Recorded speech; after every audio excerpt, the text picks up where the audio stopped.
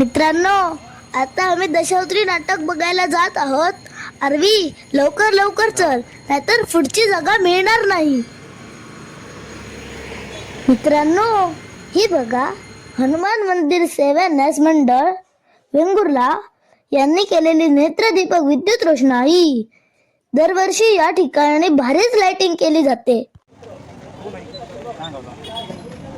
मित्रांनो, आता आम्ही आलो आहोत दशावतारी रंगतात तिथे. स्टेजवरील दशावतारी प्रत्यक्ष कसे दिसतात याचे नेहमी आम्हाला कुतूहल वाटते.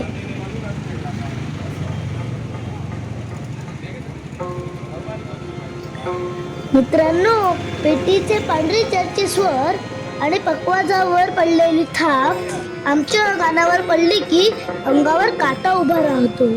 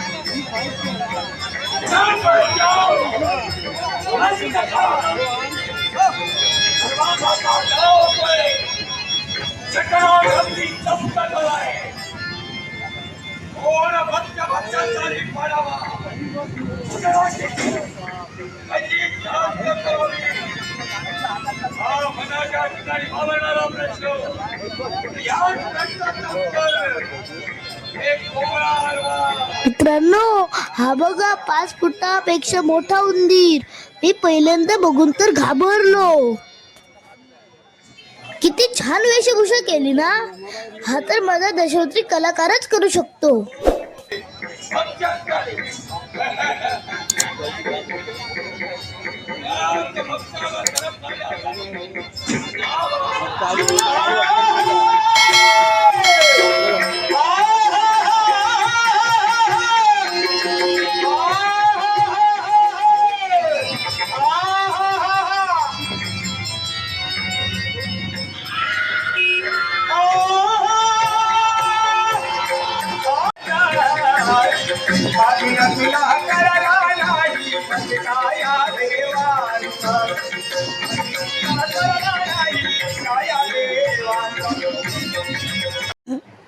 मित्रांनो, ही बघा उंदीर आणि राक्षस यांची लढाई.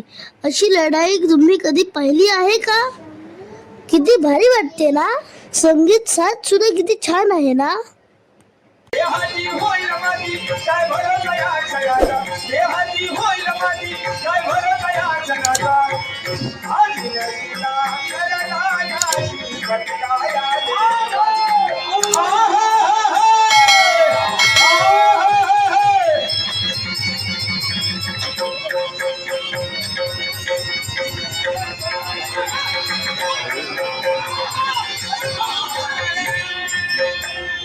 मित्रांनो, मनापासून सांगतो, मला तर हे सिनेमातील मोठ्या मोठ्या कलाकारांपेक्षा दशावतारी कलाकार कित्येक पटीने महान कलाकार आहेत असं वाटतं.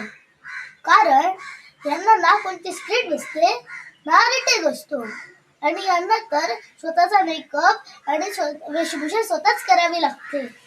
आणि एक महत्वाची गोष्ट म्हणजे हे मराठी बोलत असताना त्यांच्या तोंडातनं इंग्लिश शब्द अजिबात येत नाही.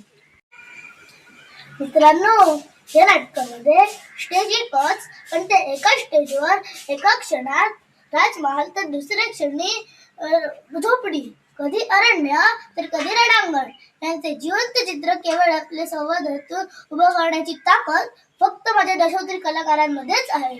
आणि एवढंच असूनही आम्ही त्यांच्या बरोबर फोटो काढायला जातो तेव्हा ते अजिबात ॲटिट्यूड दाखवत नाही. मित्रांनो, तुम्ही कोकणी माणूस किंवा दशावतारी प्रेमी असाल तर आमच्या चॅनलला लाईक करा, शेअर करा, चॅनलला सबस्क्राईब करा. तोपर्यंत स्ट्रॅप टीव्ही दांडेश डारवी.